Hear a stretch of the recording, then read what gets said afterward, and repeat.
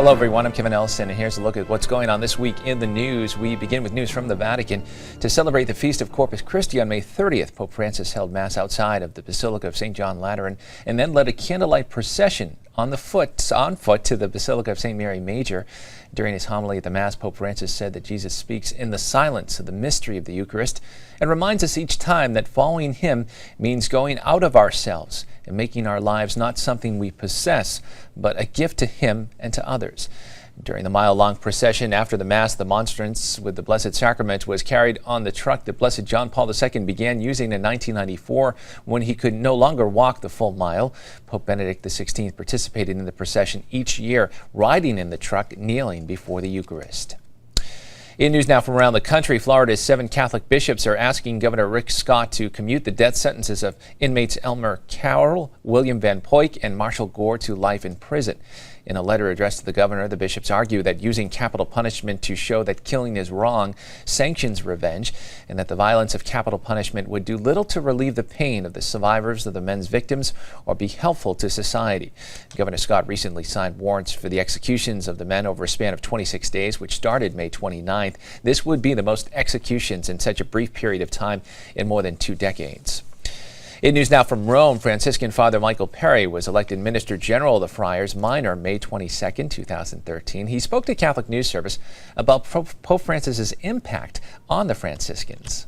Pope Francis, the evening that he was elected, I was here in the Curia watching the television with the brothers. And when I heard the name that he chose, first I had no doubt that he was Francis of Assisi. I had no doubt because to his left stood Cardinal Hummus, who is a Franciscan, the former Archbishop of São Paulo in Brazil. So when he said that, the people were saying, which Francis is it? Well, I looked and I said, I have no doubt about that. And then I physically started shaking. I started shaking because I said, this man has taken the name of the person we hold as a model for us to call us to live faithfully the gospel. And I started thinking how short sometimes we fall in living the gospel. And I think this has been a reflection that I've heard from Franciscans in different parts of the world, the number that I've talked to, and the sense is that I think his authenticity is challenging us to rediscover our own authenticity and calling us to simplify our lives and to speak less and to demonstrate more who we are. Not for our own sake, not to call attention to ourselves, but to call attention to the very specific things that what this simplicity of life means. It means greater life for all people. It means a greater access to all that people need in order to have dignity and to be able to survive on this small, tiny planet we have. And it means respecting creation so that we cannot destroy the environment in which we live, but where we can live, cohabit in a dignified manner with the planet and assure that the planet itself also has a future. Looking now at news from around the world, since the Syrian conflict exploded, the Vatican has called for an end to violence in the war-torn country several times. Now the Holy See is reiterating its call for negotiations, saying that children are suffering the most.